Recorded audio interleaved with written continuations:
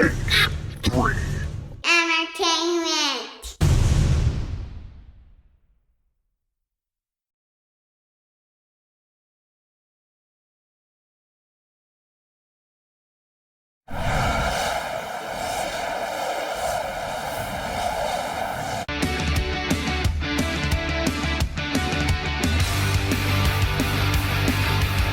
Welcome to Business Over Beer, where entrepreneurs, small business owners, and people passionate about what they do bring us their stories and their favorite beer. Hosted by Ben Surratt, Jonathan Kaler, and Jason Knope, it's time to get down to business and drink some beer.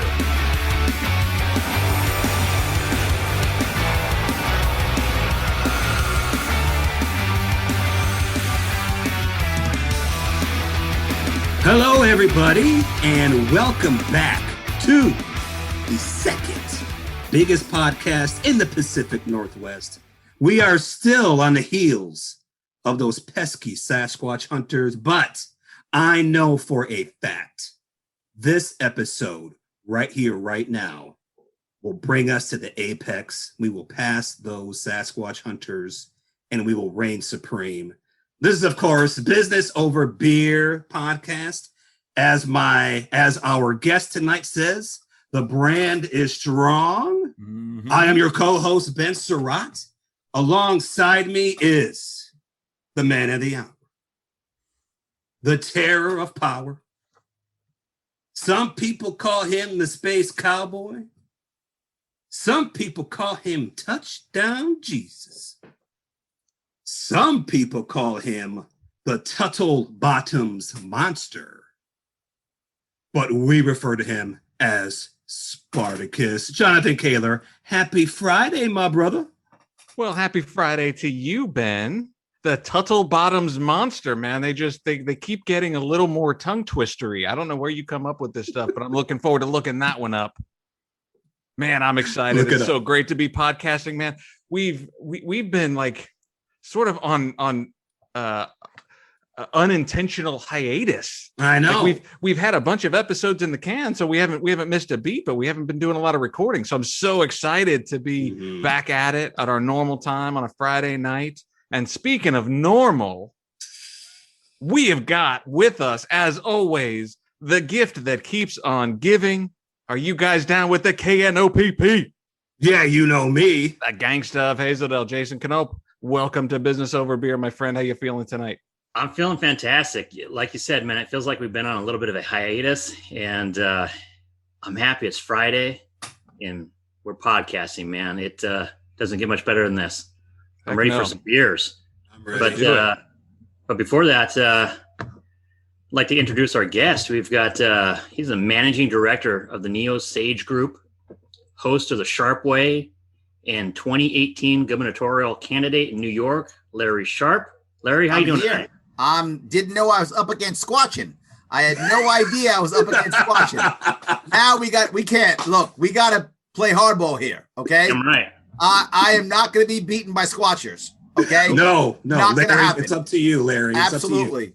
I'm taking this across the finish line. No doubt. Yes. We're beating the squatchers. Absolutely. Outstanding. Yeah. And by the way, my show, the Sharpe Way Show, is the #1 coolest show in the world that has Sharpe in the name. There's absolutely no show cooler and better that has Sharpe in the name than the Sharpe Way. Guaranteed. Hashtag facts. Facts. That's all it is. Facts. I love it. Well, hey, thank you so much for joining us on Business Over Beer. We're really honored and privileged to have you on. So thank you so much. We always like to start with your business. So I don't know, for our listeners, maybe just give us the 50,000-foot view of your business. There are two things that I do. There's a lot there. So no, it's only two things that I actually do. One is I do the Sharpe Way, and the second is I'm the managing director of the Neo Sage. The Neo Sage is that's my day job, if that makes any sense, right? That's my day job. And basically what that is I'm a trainer, teacher, consultant, coach, whatever it takes to move usually the entrepreneurs or executives to that next level. Most of the time, an entrepreneur or executive, as they move up, they're very good technically, but they tend to fail emotionally. They tend to be very good at communicating accurately, but not being responsible for the results of their communication, which often means they don't lead very well. They hire and fire poorly. All types of things happen. They don't actually sell very well. All those things begin to fail. So I get them to that next level, realizing that once you become a leader or once your company gets big enough, technical skill is no longer enough. You also have to have these soft skills. And that's what I do. That whether that's, I tend to stay in 3 different fields: tech, law, finance. So I will consult with lawyers, criminal attorneys, litigators, whatever. Attorneys are very good talking to each other, but then when they talk to a jury, oh, not so good, right? They speak legalese to each other, but they don't speak very well to a jury. So if they need someone to talk to a jury, that becomes, I assist them in that kind of thing, or talking to the press, right? Things like that. Or tech people who are very good at accurately communicating, but don't lead well, or don't communicate actually well to their customers. All those types of things. That's what I do for a living. And most of it now has to be coaching, because I was deemed non-essential by my Lord and Master, His Majesty King Andrew Cuomo II. All hail the King. So I was deemed non-essential by his grace. So most of the stuff I do now is coaching. I used to like teach and stuff. I actually taught at Columbia and at Yale for a little bit, also a couple classes there. So that's all done. Now I just coach. The Sharpe way, though, is the cool part of what I do. Now, it's awesome. It is the cool part of what I do. I wear my libertarianism on my sleeve, but the Sharpe way doesn't really talk to libertarians much. The Sharpe way is a way of showing mutual respect for everyone. So I have Democrats, Republicans, subject matter experts on, and we have a conversation back and forth, because I believe in my heart, and I've been joking a lot, but I'm serious on this one. I think the only way our country heals is through a third-party mediator. Like I do when I deal with individuals and executive teams, and I do some work with couples. You always need a third-party mediator. And the liberty movement is the only movement that does not force you to convert. So you can be as liberal as you want to be, or as conservative as you want to be. Just don't force others to be you. And we're good. I love that. I love that. Well, I'm having water, guys. Sorry, no beer for me. That's okay. That's all right. So that's a good segue then, because I'm excited to get into your politics. I'm excited to hear all about the Sharpe way and more about your journey to entrepreneurship. But this is the Business Over Beer podcast. This is the beer portion of the program. Normally, we ask all of our guests to bring a beer to share. I brought a cool mug that says Sharpe on it with water in it, and I have a busted up old Neo Sage one that's all busted up that has coffee in it. That has coffee in it. That's coffee in it. So yes, you remember where I am? It's like late at night where I am. I know, and I'm old, so that's like that multiplies the time, right? The lateness gets multiplied by your age, so it's older for me. Amen to that. So I got to coffee it. See, awesome. You can tell I've been doing this for 17 years on how bad the mug is. That's why. You can tell Sharpe way's newer because the mug is still cool. There it is. That's how you know. And in 17 years, we'll have you back on the show to drink more water and coffee with that busted up mug. There we go. Exactly. Awesome. Well, since you drink coffee, you shared with us that you're a coffee drinker. I am. We brought a beer as an homage to your love of coffee. Oh, Ben, nice. What do we got? We have from Bearlick Brewing. It is the Pancake House Cocoa Maple Coffee Imperial Stout. Now, when we grabbed it, we didn't read the fine print, the Imperial part. We skipped over that. All we saw was the coffee, and we're like, that's perfect. We're going to drink that. No, it's fine. I'm in the Empire State, so it is a good homage. That's true. Yeah. It's a perfect homage. Very good point. Thank you. Come on now. You guys, I have magic powers. You haven't figured that out yet? I have magic powers. So I had that already. When you were out there, I was mind controlling you to do that. So it's fine. You were. Well done. Well done. Woo-wee. Look at that. Oh. That is a beautiful looking beer. It is. Whoa. That's made for an emperor. Yes. So that's made for right there. If only we had His Majesty on the show tonight. If only we did. Oh, that would have been awesome. Yes. He's probably busy grabbing somebody. Well, prost. Well, prost. Larry, thank you so much for being on the show. We really Thanks, appreciate it. Larry. By the way, you're not supposed to toast with water. You toast with your coffee? Well, You know why? Why? It's Japanese. When the kamikazes pilots would toast, they would toast with water. So they would stay. They didn't use sake because they wanted to stay clear when they would go, take their plane and smash it into a ship. So they would actually the final toast, the sake, their banzai would be with water. I did not know that. I have tons of totally interesting but useless knowledge. Like so much of it, you will be awed. Like I knew that Luxembourg was a bank surrounded by a city. Stuff like that. Yes. Tons of that kind of stuff. There is man in politics, because being in politics, you've got to talk about a lot of different things. So having a lot of useless knowledge, so good. oh, I'm sure it is. Oh, I'm sure. So good. So good. It is amazing. Well, what do you guys think of this? I actually quite like it. It's not what I thought. I thought it was going to be sweet because it said maple and pancake house, but it's very There's a lot of coffee. The coffee bitterness. I mean, it's roasty like a cup. I mean, it's almost like a cold coffee. Yep. And being a big coffee drinker, I like that. But yeah, the sweetness doesn't come through nearly as much as I thought it would. No. What do you think, Canoper?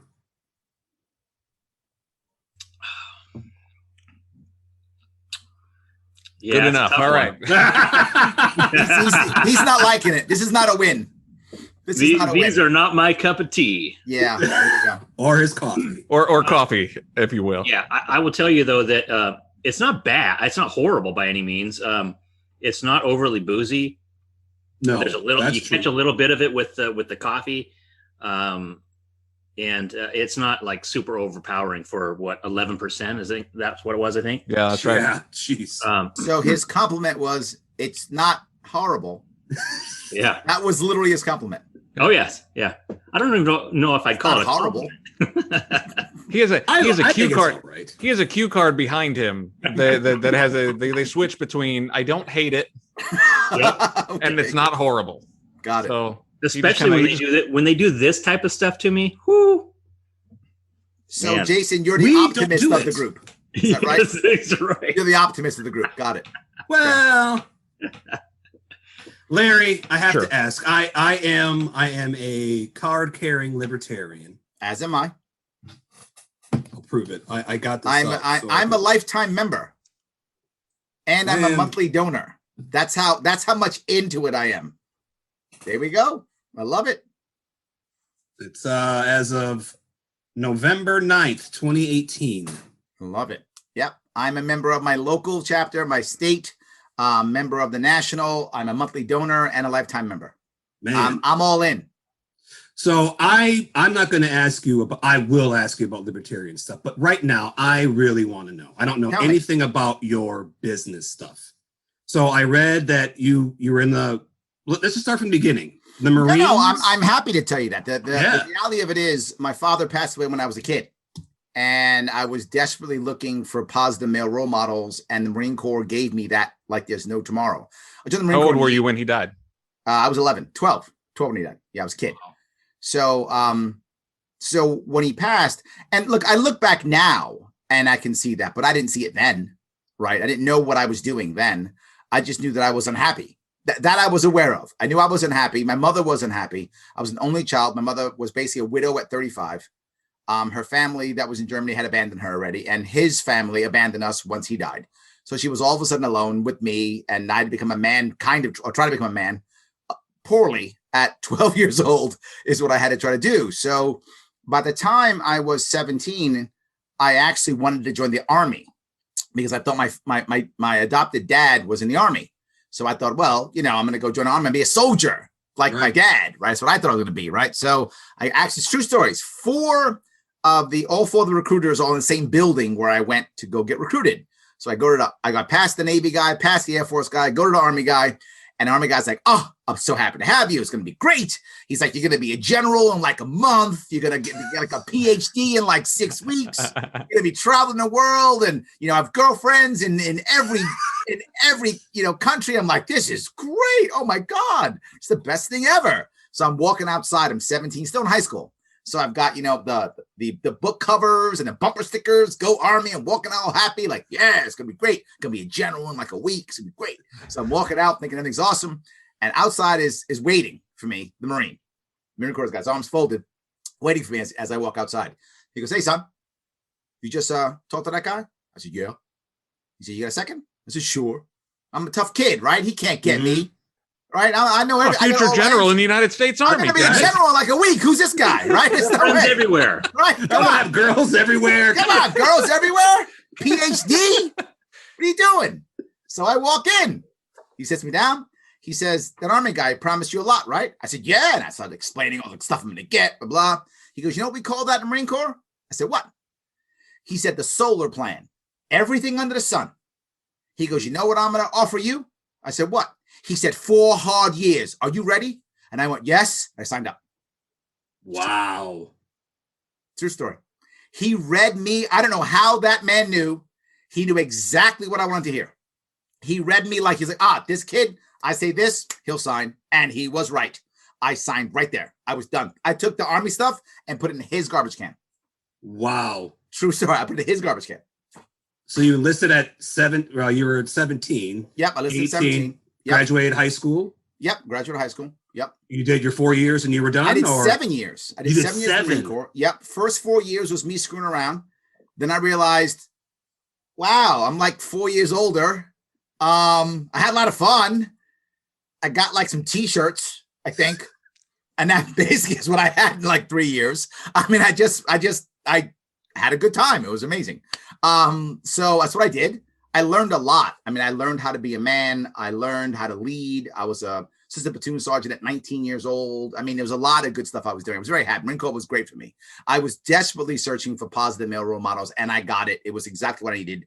It was the best thing for me. The military is not for everybody, but it was absolutely for me. I'm all about not a draft, volunteer if it's what you need to do for your life. It was totally right for me. So when I got my college degree in the Marine Corps, my next tour. So I was a full-time Marine, a full-time student, and I got a degree in anthropology at my next tour. Then when I got out, my mom had been a victim of the drug war. She couldn't handle me leaving and my father leaving. She was an addict, and she was also a convicted felon. So I pulled her out of prison when I got back, and used a lot of my money and such to try to get her back up and running. Realizing that, of course, if you've had an addict in your life, you know that when it comes to the drug or you, they always pick the drug. Right. That's why they're an addict. That's how that works. And when they come out and begin to become clean, if they ever have a chance, the only way they do it is if they have a support structure, right? Without support structure, they're going back. That's how that works. So I knew that, so I had to give her a support structure. So I did. So I gave her a support structure, got her up. She was clean until she passed away a couple years ago. She was clean the whole time. She never went back, which is great. But the thing that I found, and the reason why I got into entrepreneurism, which is what you were going to ask me, is after I saw her have jobs, she was lying on every form because she didn't want people to, know she was a criminal. If they knew that she was a felon, that they wouldn't hire her. Whenever she had a job, she could never talk back or stand up for herself, because if she got fired, she was finished. There was no job for her. So she was a hostage at her job. And I hated the fact that she was a hostage at her job. I couldn't stand it. I hated it. I said to myself, how do I change that if she's the boss? So I started a business. I started a business that we could do, which is driving, a trucking business. Me, her, and my step-up at the time, we started a trucking business. She was 100% owner, and I made sure of that, because if she's the owner, nobody could fire her ever. Right. No more hostage. I ran the business for a couple of years, got it up and running, and then I left. She ran that business until she retired, and she moved to South Carolina. But that's the reason why I became an entrepreneur, because I didn't want my mom to be a hostage. If she's the owner, then you can't fire her. Wow. And that was it. No more hostages for my mom. That's how I got involved in entrepreneurship in the first place. Later, I started another business of my own, which I sold off, which did not do well. I sold off to get rid of it, not because it was so awesome. So, but if you want to believe that, that makes me feel good, but that's not why. But I always say my first business that failed, that was my MBA. right? I learned how to run a business by failing at that business. Sure. And then I negotiated well enough to sell it off so that I actually didn't lose any money, but I didn't make anything, but I didn't lose anything, right? So I basically was able to recoup everything by selling it. And the true story, I sold it on a handshake. What? Yes, I do not in any way, shape, or form advise this. I do not advise this. It's a terrible idea. But the guy didn't have all the money I wanted. I wanted a bunch of money. I wanted to get all my money back, right? He was like, I don't have it. I said, can you pay me over 6 months? He said, deal. I said, give me one check a month for 6 months. He said, okay. Shook his hand. Gave me the first check. I walked away. Every month, he gave me a check. Wow. 5 months. Did you expect the check every month, or were you just I like, didn't whatever? care. I hated that business so much. And you know, if you're an entrepreneur, if you don't want to get up in the morning, why the hell are you an entrepreneur? Right? If you got a job, I get it. You're paying bills. You get up in the morning, you might hate your job, but you got to pay bills. So you get up in the morning and you go to your job. I got that. But if you're an entrepreneur, you're doing something you hate, you're doing something wrong. And I realized at one point I hated it. So I was like, I'm out. So would I have chased him? No. But every month, I got to check every month. For 5 more months, I got to check 5 more checks. So how did you get into that business then? Why? What was sort of the reason you started that business in the first place? Was there a love of it at the beginning, or was it just, hey, I think I can do this? It was basically, what I knew I could do well was sell. And I had learned that from, closing the deals in my mom's company, right? Because that's what I did mostly, was close deals, get clients. Cold calling, knocking on doors, that kind of stuff. I'd had jobs before where I sold everything. I sold beds, I sold books, I sold cars, I sold everything. So I can sell. I knew I could sell. So I thought, well, that's easy. That's business. Well, clearly, that's not business, right? That's only one minor piece of business. And I learned that the hard way. So I thought I liked health. I liked medical. So I was basically selling supplements and selling vitamins and weight loss products and everything into franchise GNCs and health food stores. That was my business. I was basically, most of my clients were in Canada, actually, who did not have a sales force in America. So I basically took out a chunk of property that I liked. And I said, this is my territory. And they went, okay, because we have nobody. So you win. So I made sure I negotiated in a place where they couldn't say anything. Literally, there was no one here. So I said, it's my territory. And they went, yes. So that was it. So I made my territory and I just sold in it. That's what I did. But, I didn't know how to price things. I didn't understand the expense that came from all the other parts of I'd never run a business like that before, right? The business I had before, my mom did all that stuff because she was an admin person in her previous job. She always was admin. So she knew how to handle the paperwork side. And I never had dealt with that in the trucking business. It's something I never even saw. So now I'm thinking, well, I'm a super cool guy. I can sell stuff, so I'm fine. So I would literally be closing deals and then end of the month have no money. Wow. And not know what, and not like, how can I have wait a minute, I know I closed the deal. Right. So, but then how come I have no money? And then I eventually started realizing there's so much more. And then while I'm doing the other things, I couldn't be doing what I liked, which was selling. So I began to hate the business. And then I wasn't making any money. And you can see how that happened. But the funny part is, by the end of the 2 years, it was successful. But I'd already lost so much money and already had so much bad blood, I didn't want to do it anymore. That's why the guy bought it, because he bought a successful business. Like, I was making money at the end. I had learned my lessons, if that made any sense, right? Sure, I've made so many mistakes in 2 years that by the end of it, I was good to go, but I didn't want it anymore. I hated it. I had so much bad feeling. Like, I would drive by places and realize I'm mad now because that guy didn't pay me or whatever, right? I had so much stuff I didn't like about it. I didn't want to do it anymore. So anyway, that's how I got into that. And then when I came back, I was, tail between my legs. First failed business, hated it, couldn't stand it. So I went and got a job for like 6 months selling ad space because I could always fall back to selling, right? That's always my thing, fall back to selling. So I fell back to that to make some cash, pay some bills. And then I said to myself, in every sales job I had, I was never the number one sales rep. I was always number two because I spent time helping others to do well. Right? I was never number one. I was always number two. And so I realized, you know what I'm better at? I'm better at training. I'm the teacher. I'm the trainer. I'm better at that. So that's when I started my company, NeoSage. And that was a sales training company. It was just sales training only when I first started, 2004. And I started rocking and rolling. I was, oh my God, worst thing that could have happened to me was being so successful, because I had forgotten every humble lesson that I learned from my first failure. That went out the window. So now I was like, oh, and I am, you can tell, I am clearly an optimist. That's who I am. I'm a super optimist. And if for those of you who don't know, the best indicator of success in a sales rep is the level of optimism more than anything else. That is the best indicator, right? So that's why I could always sell, because it doesn't matter. I fall down and get back up. I'm always optimistic. He said no, but he'll say yes tomorrow, right? That's how I always think. I'm very much optimistic. Well, that came back to bite me, because by 2006 and 7, I don't know if you remember that time frame at all, but money was flowing. Oh yeah. I mean, they were like, banks would give money to anybody. I would go, hi, I'm the king of Greece. You're the king of Greece. Yes, I like $10 million. Sure. Any proof you're the king of Greece? Yep. I said so. Deal. Here's money and lots of it. I mean, that was happening. You guys know that was happening left and right. So because of that, two things was happening. One, I could borrow money. That was really a mistake. And two, my bank, the people I was working with were investment bankers, and many were throwing money at me. So by the time I'm at 2006, 7, I'm making money. I've got an office with 2 employees. I got a training facility in my office. I'm big man, right? Then the crash hit. And I thought, well, look, it can't affect me that bad, because I have 2 completely separate industries I'm specializing in: commercial real estate and investment banking. Yeah. How'd that work out for you? Literally the worst 2 I could have possibly had. Literally the worst 2 I could have possibly had. So I'm like, I'm good. And of course, literally I lose 90% of my income in about a month or 2. But I didn't really get hit till 2009. The crash came in 2008, but I really took my hit in 2009. That's when everything just shut off. Everything shut off at that point. And I was optimistic. So I was like, no. What's this going to last? Like a month or 2?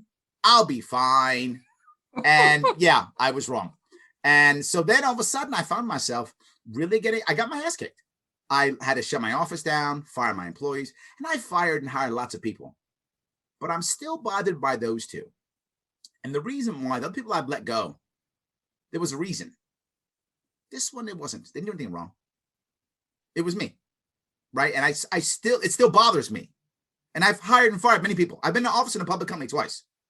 So I've dealt with larger public companies. I've dealt with this stuff. I've reorged stuff. I've fired people before and hired people before. These 2 still bother me, because they were true believers. They wanted to make it work, and they were with me. And yeah, Larry, you'll fix it. Yeah, no, Larry won't. And so it still bothers me for that. But then when that crashed, I had to then rebuild everything. At that same time that my business was completely crashing. By this time, it was 2010. My business began crashing in 2009. By 2010, I was in big trouble. And on top of that, my mother got diagnosed with stage 4 cancer. Oh, man. And the same week, my newest daughter, who was just born, had heart problems, and she had open heart surgery at 18 days old. We thought we were going to lose her. Oh, my goodness. My wife literally packs up and moves into the hospital, as any wife would do. And I had a 6-year-old at the time. So I became a single dad overnight. Needless to say, I was ready to fall out of a window, right?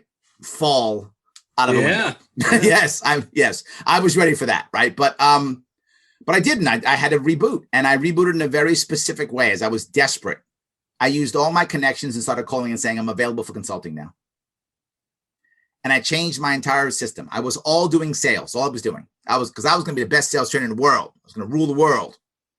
And I said, you know what? Because people didn't believe that you could sell better. So I went back to some of my clients and I said, I know you don't want any sales training. Like, yeah, Larry, we can't. No one's buying. There's no money. The world's ending. I said, but you're firing people, right? They're like, yeah, we are. Lots. I said, so you want to do more with less, right? They went, yeah. I said, I have a leadership course, high performance leadership. You'll do more with less. You do? We'll take it. So I had to go build one, because that was bullshit. I love it. I had nothing. So then I had to go build one. So they started saying yes. So I started building one. And to this day, the vast majority of what I do is leadership training. I do some other things. I do some mediation. I do anything that's emotional communication. And the reason is leadership today is not management, right? People get confused between leadership and management. Management is processes and resources. And it's relatively easy. You can learn that in school if you want to. It's fine. And computers do it better than us already, right? Software manages better than we do. But leadership is different. Leadership is actually people. And in today's world, you need a whole lot more of people's brains than you need their arms and legs. I need your initiative, right? I need your imagination, right? I need that stuff far more than I need just your arms and legs. I can buy the arms and legs overseas, very easy, or I can just get a machine that'll do it a whole lot faster. So I need you. I need you to care. And that's emotional. That's leaders no longer only being concerned with the accuracy of their communication, but being concerned with the results of their communication. Did I get what I said? I didn't, then I failed. And they will go, but I said the right thing. I said that I don't care if it's accurate. You didn't get the results. So it doesn't matter if it's accurate. Maybe you won't get sued. You probably still anyway, but you're just not getting your stuff done. Get the work done to make the money so you can afford a lawsuit, right? So at least make the money, right? So that's what I've been doing most of my time. But that also includes things like conflict resolution, conflict management, performance management, time management. All those things are actually leadership, right? It's getting people to care. And this will get me right into my libertarian world, right? Because I know that was your next question. I know it was, Ben. So I told you, I not mine, not mine. I got magic powers, and that was Jonathan's because I was feeling that coming. See, so magic powers. How did you do it? Yes. Show him. There we go. Show him. There we go. Yes. There you Absolutely. Go. I was reading it. I got those powers. So politically, I actually didn't care for a long time.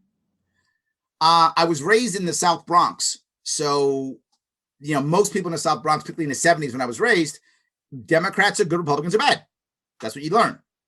And I didn't actually care at all. But when I joined the Marine Corps is a very conservative branch. And most of my leadership were conservatives. And those are the men that I was looking up to. And when I say men, I'm not trying to be sexist at all, but I was in the Marine Corps in the 80s. And the ground side, there were no women, right? It was only men where I was. Now there are women in the ground side. There was none in the 80s. So it was only men. And they were almost all conservative. And my first commander-in-chief was Ronald Reagan. So I think I became more conservative as a youngster, I think. But then I heard Bill Clinton speak, and I saw him, play the saxophone on late night TV, hanging out with Arsenio. Arsenio Hall, that's right. Arsenio Hall, that's right. Speaking of coming to America all the ladies too, didn't he? Absolutely, yes. So when that happened, I was like, oh, he'll save us. He'll be the guy. Yeah, that didn't work out. But no, I mean, then all of a sudden I've got a crime bill. I've got, all the terrible things that I hated. I got 100,000 cops in the neighborhoods back to where my friends were. It wasn't what I wanted. Clinton was not a great president, and I was upset. Then I became a Perot guy. 96, I was Perot. Perot's going to fix it. He's got it. Well, that didn't happen. And then 2000, I was a Nader guy because, Nader, his policies are, I don't know, but he's not them. So get him Nader. So the saying literally was Nader later. Isn't that horrible? And I bought that. Like I bought Nader later. God, it's so embarrassing. I don't even tell you guys. Hashtag Nader later. Yeah, exactly. So yeah, horrible. So 2000, I'm a Nader guy. 2004, I'm Nader because I still can't stand two parties. I hated it. I didn't care. I was paying attention. 2008, though, I heard Obama speak, and I'm like, they can't get me again. This time, this is the guy. He's our savior. No doubt. He is going to come in. He is different. Oh my God. This is the one. This is the one. I totally bought it. So I voted Obama. And within 2 years, I was like, what? No, where's the guy I voted for? That's not the guy. That isn't the who did they swap the guy out? What happened? I thought this is going to be the guy and he's going to do the stuff and be magic. And he was nothing. And I was completely disappointed. And I wasn't going to vote anymore. I was like, I'm done. I've been fooled too many times. These guys all suck. I'm out. Then in 2012, I heard Gary Johnson speak. And the reason why I heard him, a lot of people who are libertarians, many of them came 2008, Ron Paul. 2008, I still hated politicians. So I couldn't hear Ron Paul. I just couldn't hear him. But Gary Johnson was an entrepreneur like I was. And when he spoke, I said, oh, who are these guys? Librarians? Librarian, that's a great librarian party. It's amazing. You guys are smart. Oh, libertarian. Oh, is that who they are? Okay, let's go check that out. Okay. And that's basically how I became libertarian. I look at, he made sense to me. So I started to look around and I joined the party locally. I supported him in 2012. I then joined the party at my state level and then nationally. And I started donating money and raising money for people. I'm very good at raising money. I've raised over $1 million for myself and for other libertarian parties and candidates. I'm very good at raising money. It's one of my skill sets. I literally raised 150 grand, I think, total for him. I raised half. Whoa. Yeah, I raised $500,000 for myself. I raised 150,000. Sorry, 150,000. Sorry, did I say million? No, you said 1,000. Yeah, 150,000 for him and $500,000 for myself and about 350,000 for other candidates and groups and stuff throughout the last. I've been a libertarian now 9 years. So the last 9 years. So I raised a lot of money. That's one thing I'm really good at. So being a sales guy, I'm not afraid of asking for money. Well, hey, Larry, So there's a podcast in the Pacific Northwest. Yes. That's struggling in the number 2 slot. You got to beat those squatchers. So I guess I better start asking. All right. I only need $2 million, Larry, There to we get go. over the hump. Anyway, go ahead. And we could do that handshake. Larry. That's Handshake what I is need. fine. Oh, good. So when I heard people laugh all the time and say, Larry, how can you be so good at talking about libertarian values and such? I was already teaching them. Modern day leadership, post-industrial leadership is about ownership mentality. It's about volunteerism. I need my juniors to want to be here. I need my juniors to own their job. I need them to want to move forward on the same page. Ordering, if you order people and they do everything you say, you're in trouble. You're finished. You're finished. One of the things I do when I go to an organization and start talking about them is I ask this question. If this person does something wrong, you're her supervisor. What question do you ask her? So what do you mean? Well, she did something wrong. She screwed up. What do you ask her? And if they go, well, who told you to do that? That's a problem. That's a blame culture. You're looking for someone to blame. She's not responsible. The appropriate question is, why did you do that? And then when she says, well, because, Jane told me. I got it. Jane told you. Why did you do it? Whole different issue. You're not assigning blame. You're assigning responsibility. You have to fix things. Responsibility is different than blame. And if you can do that well, it begins to work. Now, how did I even begin thinking about this? Here comes libertarian side. I became a libertarian side thinker, not because of Gary Johnson. I just heard him well. I did because of Robert Ringer. If you happen to know Robert Ringer is a business guru. He wrote the book, Looking Out for Number One. He wrote the book, Nothing Happens Until Someone Moves, Action. He wrote the book, To Be or Not to Be Intimidated. So he's all about, he actually wrote a book, To Be or Not to Be Intimidated, is how he tripled his income by only changing his branding. And he explains exactly how it works, and he gives you numbers at the back of the book. And he tells you how he did it. He only changed his branding, nothing else. And he tripled his income. And he gives you actual numbers. He was a commercial real estate broker in the Midwest. And he explains how he did it. Amazing book. Robert Ringer is an objectivist. He likes Ayn Rand, that kind of stuff. I'm not an objectivist, but he is an objectivist and basically told me through I didn't actually meet him, but I read his books, his blog, his stuff. I would read his stuff.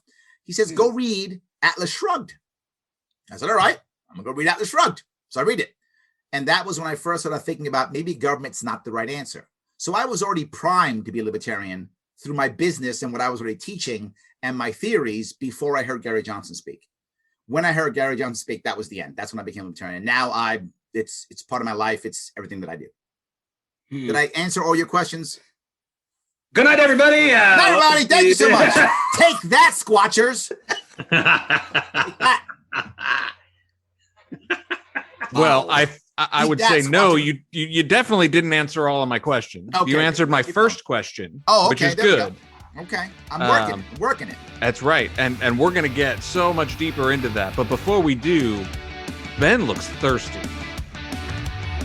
I am thirsty. I had a feeling. Join us next week for part 2 of this episode. You can be sure we'll be talking more business and drinking more beer. Business Over Beer reminds you to always drink responsibly. Our theme song is Idiocracy by Christian Leo. Thanks for listening, and we'll see you next time on Business Over Beer, a TH3 Entertainment production.